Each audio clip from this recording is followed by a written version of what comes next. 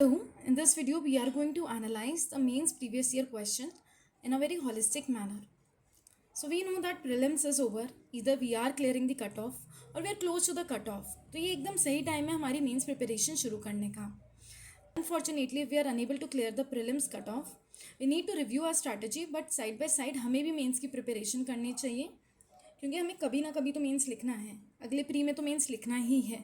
That should be our target. So यहाँ पे I directly analyse the PYQ based on my mains experience and interview experience. मैंने एक वो PYQ लिया जो एक रिपीटेड थीम है, हर साल आएगी, आप इजीली 7 मार्क्स स्कोर कर सकते हैं. सो थीम है हमारी discuss the role of renewable energy resources in order to maintain environmental sustainability with special reference to India. किसी भी क्वेश्चन को एनालाइज करने से पहले हमारे माइंड में 5 बातें क्लियर होनी चाहिए कि क्वेश्चन में क्या पूछा गया है. यहाँ पे रोल पूछा गया है. Second, most recent, most relevant current data, current initiatives, current government efforts के हमारे पास नॉलेज होनी चाहिए. Thirdly, making interlinkage across various subjects. तो यहाँ पे जैसे हमसे रिन्यूएबल एनर्जी पूछा गया है क्वेश्चन में, बट किसके कंटेक्स्ट में पूछा गया है? एनवायरमेंटल सस्टेनेबिलिटी एंड इंडिया के. तो हमें यह इंटरलिंकेज बनाना आना चाहिए कि रिन्यूएबल एनर्जी कैसे एनवायरमेंटल सस्टेनेबिलिटी से लिंक्ड है और कैसे इंडिया यहाँ पे एफर्ट्स ले रहा है. Fourth, you have to stay relevant to the question. आप कुछ भी नहीं लिख सकते हैं, जो पूछा गया आपको सिर्फ वही लिखना है. Fifth is presentation is the key to the answer. Presentation हमेशा आपको एक एडिशनल 1 या 1.5 नंबर देगा. एंड प्रेजेंटेशन से मेरा मतलब है the your handwriting, your cleanliness as well as using as much flow charts, diagrams as much as possible. So diving right into the answer, your answer should be divided into introduction, body and conclusion.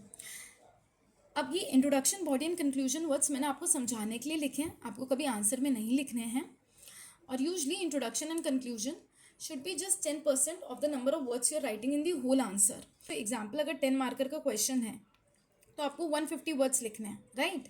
तो इसमें आपको introduction maximum 15 से 20 words का होना चाहिए, and that is maximum. And try करना है कि आप इंट्रोडक्शन में ही डेटा यूज़ कर लें. तो डेटा यूज़ करेंगे तो आपके आंसर को एविडेंस मिल जाएगा in the very starting. And अगर आपकी स्टार्टिंग स्ट्रॉन्ग है तो it is going to have an impact. यहाँ पे जो भी येलो में मैं लिखूंगी वो डेटा है, और सबसे रीसेंट रेलेवेंट डेटा है वो आप कहीं लिख सकते हैं क्योंकि वो सेम डेटा बहुत सारे आंसर्स में यूज़ कर सकते हैं. तो ये इंट्रोडक्शन में एग्जैक्टली उस वे में लिखूंगी जैसे मैंने अपने मेन्स में लिखा था कि India has made significant strides in renewable energy adoption, boasting an installed solar capacity of 74 gigawatts and installed wind capacity of 45 gigawatts as of January 2024. तो हमने यहाँ इंट्रोडक्शन में ऑलरेडी कह दिया है कि इंडिया ने रिन्यूएबल एनर्जी अडॉप्शन में बहुत कुछ किया है, और उसका हमने एविडेंस भी दे दिया कि हमारी जो इंस्टॉल्ड सोलर कैपेसिटी है वो 74 गीगावाट्स है, इंस्टॉल्ड विंड कैपेसिटी 45 गीगावाट्स है, एंड ये सबसे रीसेंट डेटा हो गया. तो ये आपको एडिशनल हाफ मार्क्स पक्का देगा. अगर यहाँ पे एग्जामिनर आपको सिर्फ हाफ दे रहा था, अब वो 1 देगा. Moving to the body of the answer, that is you are going to highlight कि आप क्या लिखने वाले हैं. यहाँ पे रोल पूछा गया तो आप रोल को एक बॉक्स में डाल लीजिए, उसको आप अंडरलाइन कर लीजिए. एंड ट्राई करना आपको बॉडी में इन अ 10 marker question you right at least 6 points, and in every point you will see कि कैसे मैं करंट इंटरलिंकेज करती हूँ, कैसे मैं एग्जाम्पल देती हूँ, ताकि आप हर एक पॉइंट से एडिशनल हाफ मार्क्स ले पाएँ.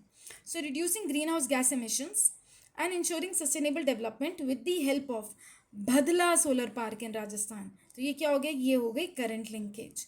और ये वो भी हो गया कि क्वेश्चन में पूछा तो विथ रेफरेंस टू इंडिया, तो आपने ये एड्रेस कर लिया. Second, energy security and independence by reducing forex outflow. आप सभी को पता होगा कि हमारे इतना क्रूड ऑयल इंपोर्ट होता है जिसकी वजह से हमारे फॉरेक्स रिजर्व्स का आउटफ्लो होता है, तो वो हमारा रिड्यूस हो जाएगा, रिडक्शन हो जाएंगे in the import of the fossil fuels. Third में मैंने एयर क्वालिटी की बात कर ली. सबसे ज़्यादा इंप्रूवमेंट हमारी एयर क्वालिटी में ही आएगी क्योंकि PM2.5 that is particulate matter 10 का रिडक्शन हो जाएगा, नाइट्रस ऑक्साइड का हो जाएगा. और यहाँ देखिए मैंने करंट लिंकेज कर ली नेशनल क्लीन एयर प्रोग्राम से. तो ये इंटर लिंकेज बहुत ज़रूरी है. Then we'll talk about mitigating climate change. अच्छा, ये वो पॉइंट है जहाँ पे भी पॉसिबल है जिस भी आंसर में आपको डालना ही डालना है, क्योंकि क्लाइमेट चेंज एक बहुत कोर इशू हो चुका है आज की डेट पे. जितने भी हमारे एनवायरमेंटल कमिटमेंट्स है, जितने भी एनवायरमेंटल इनिशिएटिव्स है, फोकस करते हैं क्लाइमेट चेंज पे, राइट. सो यहाँ पे मैंने लिखा है कि mitigating climate change through efforts like Panchamrit commitments and hydrogen for heritage scheme. अब देख लीजिए, जैसे ही आपने ये लिख लिया ना examiner will be force to give you an additional half marks. बाकियों ने नहीं लिखा होगा. ये सबसे रिसेंट इनिशिएटिव है जहाँ पे हम रन करेंगे 35 hydrogen trains. This will add to your answer. So now, having talked about hydrogen for heritage scheme, we are moving to the fifth point, that is about job creation, economic growth and empowering rural areas. अब जो ये empowering rural area है ना, ये खुद में एक बहुत इंपॉर्टेंट थीम है. आपने उस थीम को यहाँ मैच कर दिया. इसे कहते हैं इंटरलिंकेज. तो यहाँ पे भी मैंने देखो एग्जाम्पल लिखे हैं. National solar mission, national wind energy mission, very very essential. तो देखो यहाँ पे मैंने दो एग्जाम्पल्स लिखे हैं. This shows that our government is working. National solar mission, national wind energy mission. Sixth is promoting India's goodwill and global image. This is a direct example of what? Soft power. And यहाँ देखो मैंने कितना recent initiative लिख दिया, RETAP लिख दिया. Launched under India and US. International Solar Alliance तो सब लिखेंगे, but ये सब नहीं लिखेंगे. This is going to make your answer unique. अच्छा, यहाँ हमने 6 points कवर कर लिए. बट अगर हमें इसके अलावा भी कुछ एफर्ट्स माइंड में आते हैं तो हम उसे एक सेपरेट हेडिंग देके एक अलग फॉर्मेट में लिख सकते हैं. इससे हमारी फॉर्मेटिंग, प्रेजेंटेशन डिफरेंट हो जाएगी और यहीं पे हमारी थोड़ी नॉलेज भी शो हो जाएगी. तो मैंने यहाँ INDC के बारे में मेंशन कर दिया. सबसे रिसेंट ग्लोबल बायोफ्यूल अलायंस जो इंडिया ने G20 पे शुरू करा है और ग्रीन डिपॉजिट जो RBI ने शुरू करा है उसको मेंशन कर दिया. ठीक है, यहाँ से आप इजीली एडिशनल 1 मार्क्स निकाल पाओगे. अब कंक्लूजन में मूव करते हुए मैंने बात करी है कि कैसे हम रिन्यूएबल एनर्जी को इंटीग्रेट करके इंडिया के एनर्जी मिक्स में एक क्लीनर, ग्रीनर और सस्टेनेबल फ्यूचर बना सकते हैं. अच्छा, आप कंक्लूजन में कोई SDG लिख सकते हो, आप किसी रिपोर्ट का कंक्लूजन लिख सकते हो.